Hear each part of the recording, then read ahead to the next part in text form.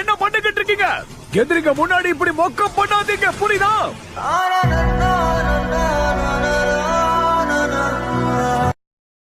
Formation B நாம ஆரம்பிக்கலாம். கண்டிப்பா. என்ன பசங்களா சீரியஸ் ஆயிட்டீங்களா? அப்படின்னா நானும் அதுக்கு ஈக்குவலா ரெடி ஆகணும் இல்லையா? என்ன பண்ணிக்கிட்டு இருக்க?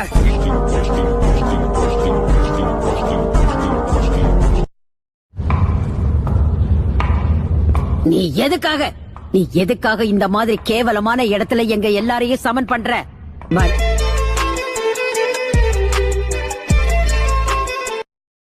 நீங்க எங்க அங்க ஓடுறீங்க? இந்த தடவை நீ தப்பிக்க முடியாது.